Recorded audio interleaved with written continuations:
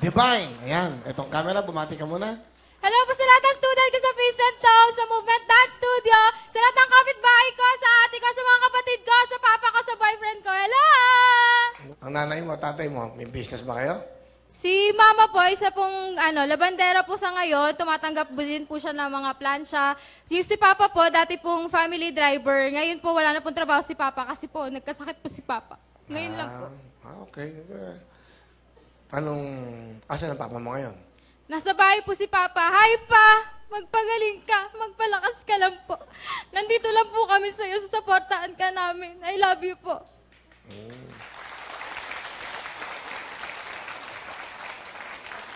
Tutuwa yun, di ba? Hindi na nakapagtrabaho ang papa mo. Noong September 5 lang po, na-diagnose po si Papa na mayroon pong acute myeloid leukemia po. Ngayon lang po. Kaya po na-stop po siya sa work. Tapos po, kaya po nagpursige din ako, Will. Nagbakasakali lang ako dito na makapunta. Pero hindi ko naman iniisip na makakapasok ako dito. Kaya maraming salamat po.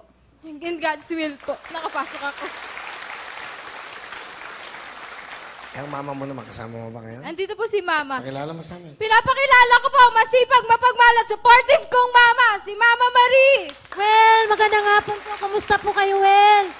Magandang hapon po. Marie. Kamusta kayo?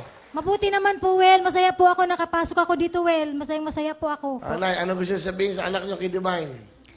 Vine, nagpapasalamat ako sa iyo kasi lagi mong naintindihan yung sitwasyon natin ngayon. Alam ko yung pagsisikap mo, dapat yan sa pag-aaral mo kasi hindi na namin nasusuportahan ni Papa mo. Pero inuna mo yung paggagamot ni Papa mo tsaka yung pang-araw-araw nating panggastos sa bahay.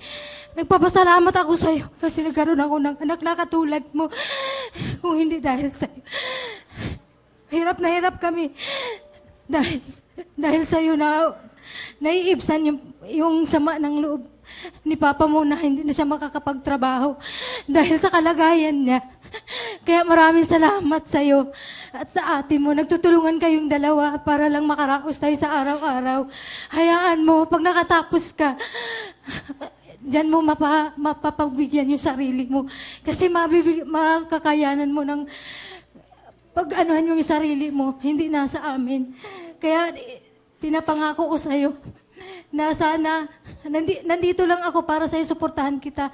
Kung ano mang gusto mo sa buhay mo, andito lang ako. Kung sa kabutihan lang, Vine. At sana, pagbutihin mo palalo, Vine, yung pagsisikap mong yan para sa kinabukasan mo. At kung naghihirap ka mo ngayon para sa amin, alam ko nandyan si Lord, babalik niya sa'yo, Vine, yung paghihirap mo. At yung ngayong pasukan, Vine, sakaling makapasok ka, pagbutihin mo. At sana bigyan ka ni Lord ng lakas ng katawan para makayanan mo yung pagsubok na hindi dapat naranasan mo ngayon. Maraming salamat sa iyo. Mahal na mahal kita at proud na proud ako sa iyo. Sa mama mo? Huwag po kayo mag-alala. Hanggat kaya ko po, gagawin ko para po sa inyo.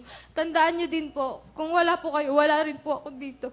Mahal na mahal ko po kayo ni Papa. Salamat.